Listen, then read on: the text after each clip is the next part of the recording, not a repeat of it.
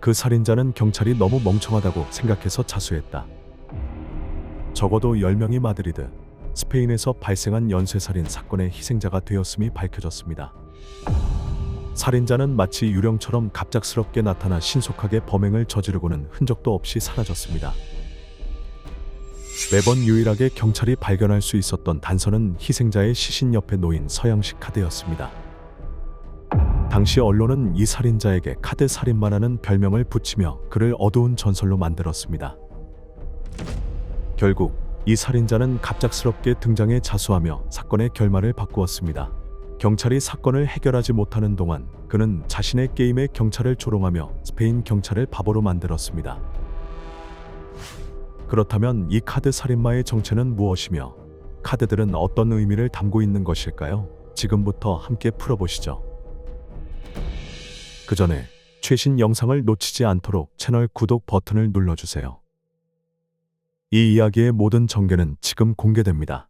채널 구독을 통해 더 많은 영상을 확인하세요. 실제 범죄 사건을 2D 스타일로 각색한 작품입니다.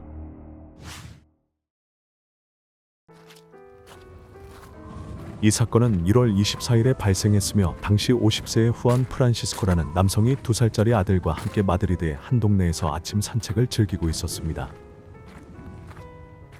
갑자기 그들은 길가에 서 있던 한 낯선 남성을 마주쳤습니다.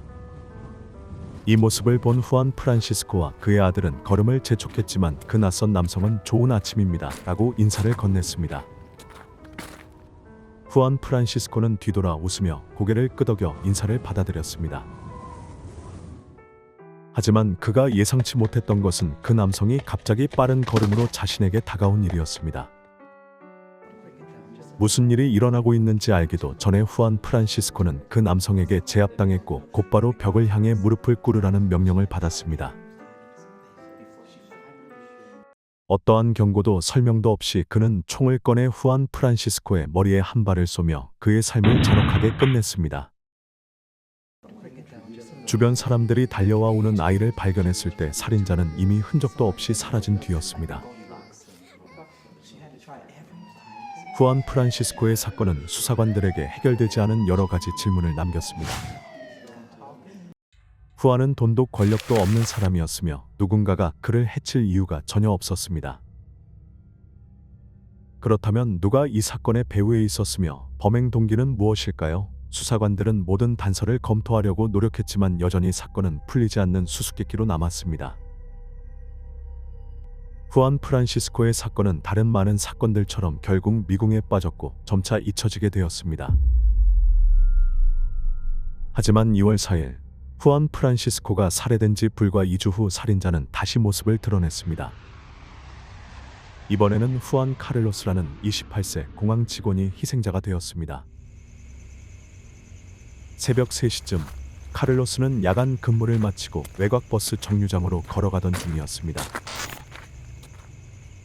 한적한 거리에서 갑자기 검은 옷을 입은 한 사람이 그의 앞에 나타났습니다. 카를로스는 반응할 틈도 없이 고개를 들어 상대를 보았지만 그 남성은 이미 총을 꺼내들고 그의 머리에 한 발을 발사했습니다. 살인을 마친 뒤 그는 순식간에 사라졌습니다. 수사관들에 따르면 후안 카를로스와 후안 프란시스코 사건에서 발견된 탄환과 범행 방식이 동일했기에 동일 범일 가능성이 있다고 판단했습니다. 그러나 그들이 혼란스러웠던 것은 범행 동기와 범인이 피해자를 선택하는 기준이었습니다. 그는 이민자들을 표적으로 삼고 있을 가능성이 제기되었습니다. 실제로 두 피해자의 공통점은 스페인 출신이 아니라는 점뿐이었습니다. 하지만 경찰에게 추측할 시간은 많지 않았습니다. 살인자는 이후에도 연속적으로 범행을 저질렀고 이번에는 마드리드 현지 주민 2명의 목숨을 앗아갔습니다. 그치지 않고 사건이 발생한 다음 날 그는 또 다른 범행을 저질렀으며 이번 장소는 한 지역 술집이었습니다. 그는 술집 안으로 난입해 젊은 남성의 머리에 총을 겨누었습니다. 아무도 상황을 이해하지 못한 채 그 남성은 그 자리에서 총에 맞아 쓰러졌습니다. 살인자는 곧바로 바 근처에서 공포에 질린 두 여성, 한 명은 손님이고 다른 한 명은 술집 주인을 목표로 삼았습니다. 망설임 없이 그는 손님을 향해 총을 발사해 즉사시켰습니다. 한편 술집 주인은 몸을 낮추고 사무실 문을 향해 기어가며 탈출을 시도했습니다. 그러나 살인자는 그녀를 쫓아가 등 뒤에 총을 쏜 뒤 그녀의 몸을 몇 차례 발로 찼습니다. 그녀가 더 이상 움직이지 않는 것을 확인한 그는 현장을 떠났고 술집 주인이 살아있다는 사실은 몰랐습니다. 구조를 받은 후 술집 주인은 회복하여 술집에서 벌어진 일을 경찰에게 자세히 설명했습니다. 그러나 생존자의 증언에도 불구하고 경찰은 살인자를 체포하는데 가까워지지 못했습니다. 수사관들은 범인의 외모에 대한 모호한 묘사 외에는 구체적인 증거를 전혀 가지고 있지 않았습니다. 하지만 후안 카를로스 사건의 현장을 다시 조사하던 중 경찰은 바닥에서 작은 단서를 발견했습니다. 그것은 한 잔의 컵이 그려진 카드 한 장이었습니다. 경찰은 즉시 이 증거가 살인자가 의도적으로 남긴 특별한 표시일 가능성이 있다고 판단했습니다. 이것이 사회에 보내는 메시지였을까요? 아니면 단순히 경찰을 대상으로 한 심리 게임일까요? 경찰은 의미를 파악하려고 노력했지만 지금까지도 카드가 지닌 메시지나 의미에 대해 명확한 결론을 내리지 못했습니다. 의미가 명확하지 않았음에도 불구하고 카드는 언론에 초점이 되었습니다. 언론은 이 살인자에게 카드 살인마라는 별명을 붙였고 그는 어두운 전설로 자리 잡게 되었습니다. 매일매일 언론은 사건에 대한 끔찍한 세부 사항들을 퍼뜨렸고 마드리드 시민들은 극도의 공포 속에 빠져들었습니다. 사람들은 두려움의 외출을 자제하기 시작했으며 심지어 이웃조차도 살인자일지 모른다고 의심했습니다. 3월, 카드 살인마는 마드리드 북쪽 거리에서 다시 모습을 드러냈습니다. 이번에는 길을 걷고 있던 한 부부를 공격하려 했습니다. 살인자는 남편을 총으로 쏴 쓰러뜨린 후 아내를 향해 총을 겨누었지만 총이 고장나 작동하지 않았습니다. 생존자인 여성은 이렇게 증언했습니다. 저는 몸을 웅크리고 머리를 감싸며 기도했습니다. 내가 다음 희생자가 될 것이라고 확신했어요. 하지만 고개를 들어보니 그는 이미 사라져 있었습니다. 범행에 실패했음에도 불구하고 그는 희생자 옆에 2개의 컵이 그려진 카드를 남겼습니다. 다행히도 남편은 신속한 응급처치 덕분에 목숨을 건질 수 있었습니다. 그는 경찰에게 범인이 스페인 사람이며 나이는 20에서 25세 사이, 피부는 까무잡잡하고 체격이 크다고 묘사했습니다. 단 2주 후 카드 살인마는 또다시 범행을 저질렀습니다. 이번에는 또 다른 부부가 목표였으며 그들의 시신은 도시 중심에서 멀리 떨어진 외곽 지역에서 발견되었습니다.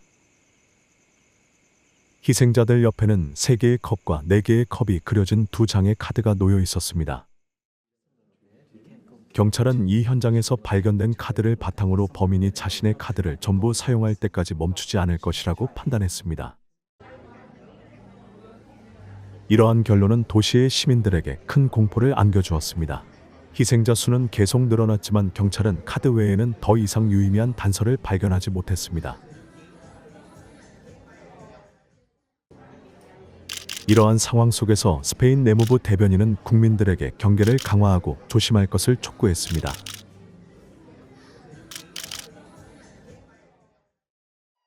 경찰은 낮과 밤을 가리지 않고 모든 도로에 순찰대를 배치했습니다. 이러한 조치 덕분인지 살인자는 행동을 조심스럽게 바꾸었고 연쇄살인은 3달간 멈췄습니다. 그러나 어느 날 25세의 알프레도 갈란이라는 남성이 술에 취한 상태로 경찰서를 찾아와 자신이 바로 카드 살인마라고 자백했습니다. 처음에 경찰은 그의 말을 믿지 않았고 단순히 술에 취한 자의 헛소리라고 생각했습니다. 그러나 여론의 압박 속에서 경찰은 그의 말을 조사하기로 결정했습니다.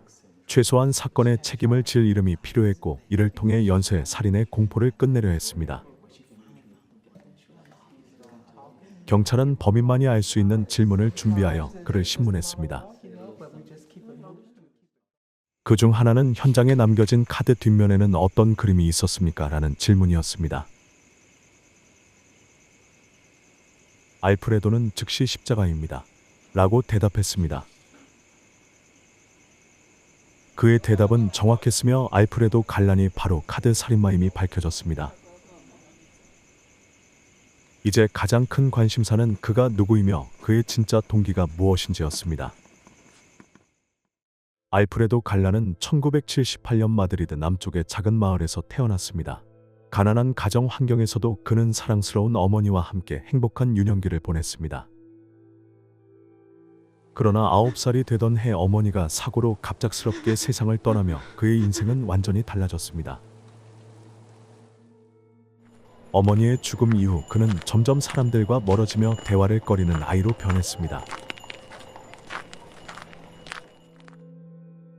성인이 된 알프레도는 군대에 입대했고 전쟁 지역인 보스니아로 파견되었습니다.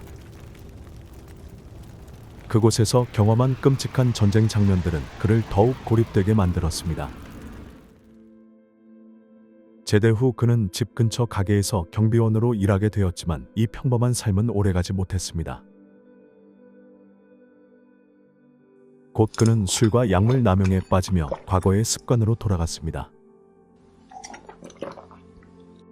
이러한 생활 방식은 그의 정신 건강을 더욱 악화시켰습니다. 1월 24일 알프레도는 여느 날과 마찬가지로 집에서 술을 마시며 텔레비전을 보고 있었습니다.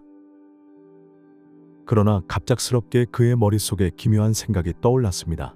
사람을 죽이면 어떤 기분일까라는 질문이었습니다. 이 생각은 알프레도를 흥분시키는 동시에 그를 불안하게 하고 초조하게 만들었습니다. 감정을 억누를 수 없었던 그는 총을 집어들고 곧바로 차를 몰아 마드리드 중심가로 향했습니다. 도착한 곳에서 알프레도는 후안 프란시스코를 만났고 그를 첫 번째 희생자로 선택했습니다. 그러나 알프레도에게 후안 프란시스코는 단지 그의 애매한 욕망을 충족시키기 위한 도구에 불과했습니다. 그들 사이에는 어떠한 원한도 없었고 알프레도를 행동하게 만든 개인적인 이유도 없었습니다. 그가 찾던 것은 단지 죽음이 가져다 줄 수 있는 느낌뿐이었습니다. 나중에 알프레도는 이렇게 인정했습니다. 후안 프란시스코의 머리에 총알을 발사했을 때나 는 이상한 쾌감을 느꼈다. 그 순간 마치 내 일부가 해방된 듯한 기분이 들었다. 당시 알프레도는 주위의 모든 것이 사라지고 생명과 죽음이 하나로 섞인 듯한 희열만이 남았다고 설명했습니다. 그에게 더 이상 중요한 것은 없었으며 유일한 목표는 그 감정을 반복적으로 찾아내는 것이었습니다. 하지만 알프레도는 사건 현장에 카드를 남겨둔 것은 그의 아이디어가 아니었다고 인정했습니다. 후안 프란시스코 사건의 현장에서 경찰은 컵이 그려진 카드를 발견했습니다.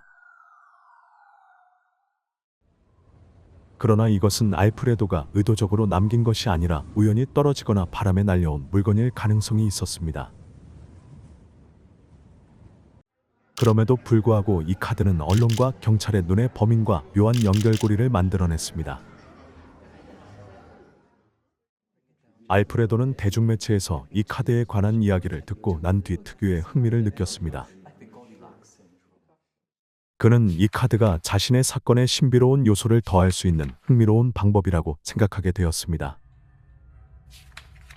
그래서 두 번째 살인 사건부터 알프레도는 카드를 일부러 현장에 남기기 시작했습니다. 나중에 알프레도는 자신의 행동이 시간이 지남에 따라 변했다고 인정했습니다. 처음에는 경찰에게 잡힐까 봐 매우 불안해했습니다. 첫 번째 사건 당시 그는 스포츠 후드티를 입고 얼굴을 철저히 가려 신원이 드러나지 않도록 했습니다. 그러나 여름이 되자 더운 날씨 때문에 무거운 옷을 계속 입고 다닐 수 없었습니다. 그는 더위로 인한 불편함을 견딜 수 없었고 결국 날씨가 시원해지는 가을까지 범행을 멈추기로 결정했습니다. 여름이 지나고 알프레도의 삶은 무의미하고 따분해졌습니다. 그는 자신이 끝이 보이지 않는 악순환에 갇혀 있다고 느꼈습니다. 무엇보다도 나는 경찰의 무능함에 실망했다. 그래서 자수하기로 결심했다. 알프레도는 나중에 인터뷰에서 이렇게 말했습니다. 경찰의 노력이 효과가 없다는 데서 느낀 불만이 결국 그로 하여금 자신의 죄를 마주하게 만든 마지막 동기가 되었습니다. 카드 살인마 사건의 재판에서 알프레도 갈라는 이전에 진술했던 내용과는 완전히 다른 새로운 주장을 내놓았습니다. 법정에서 그는 자신이 신나치주의 조직의 희생자였으며 이 조직으로부터 협박과 강요를 받아 살인을 저질렀다고 주장했습니다. 알프레도는 이 단체의 압력 아래 명령에 따를 수밖에 없었으며 그가 저지른 범죄는 온전히 그의 의지로 인한 것이 아니라고 설명했습니다. 그러나 그의 이러한 주장은 재판부를 설득하지 못했을 뿐만 아니라 법정에 있던 많은 이들에게 분노를 불러일으켰습니다. 재판관, 변호사, 그리고 증인들 모두 알프레도의 이야기에 대해 회의적인 반응을 보였습니다. 그들은 이것이 단지 자신의 죄를 줄이기 위해 만들어낸 변명일 뿐이며 자신의 잔혹한 행동에 대한 책임을 회피하려는 시도라고 판단했습니다. 희생자 가족들의 증언과 심리 전문가들의 분석에 따르면 알프레도는 살인을 저지를 당시 완전히 정신이 맑고 의식적인 상태였음이 명백했습니다. 그는 계획적으로 그리고 의도적으로 자신의 범행을 저질렀다는 것이 모든 증거로 확인되었습니다. 모든 사건의 정황을 면밀히 검토한 후 재판부는 알프레도의 주장을 받아들이지 않았습니다. 결국 그는 6명을 살해하고 3명을 살해하려다 실패한 혐의로 유죄 판결을 받았습니다. 이는 매우 엄중한 판결로 법률이 특히 중대한 범죄를 저지른 자를 처벌하는 데 있어 단호한 태도를 보여준 사례였습니다. 재판부는 알프레도 갈란에게 142년형을 선고했으며 이는 그의 남은 생애 동안 감옥에서 보내야 하는 형량이었습니다. 선고를 들은 알프레도는 큰 놀라움을 드러내지 않았지만 그의 눈에는 씁쓸함이 감추어지지 않았습니다. 그는 자신이 다시는 자유를 얻을 수 없을 것임을 깨달았습니다. 그의 인생 일부는 이미 끝났으며 남은 시간은 감옥이라는 내 벽 안에서 길고 지루한 날들로 채워질 것이 분명했습니다. 알프레도는 자신이 저지른 잔혹하고 차가운 범죄에 대해 대가를 치르게 되었습니다. 만약 특별한 변화가 없다면 카드 살인마라는 별명을 가진 이 냉혈한 살인자는 남은 생을 감옥에서 보낼 것입니다. 그는 자유라는 희망 없이 자신이 저지른 모든 죄악에 대한 책임을 감당해야만 할 것입니다. 여러분의 시청에 감사드립니다. 이번 내용이 흥미로우셨다면 좋아요와 채널 구독을 잊지 말아 주세요. 새로운 사건들을 놓치지 않도록 계속해서 저희와 함께 해주세요.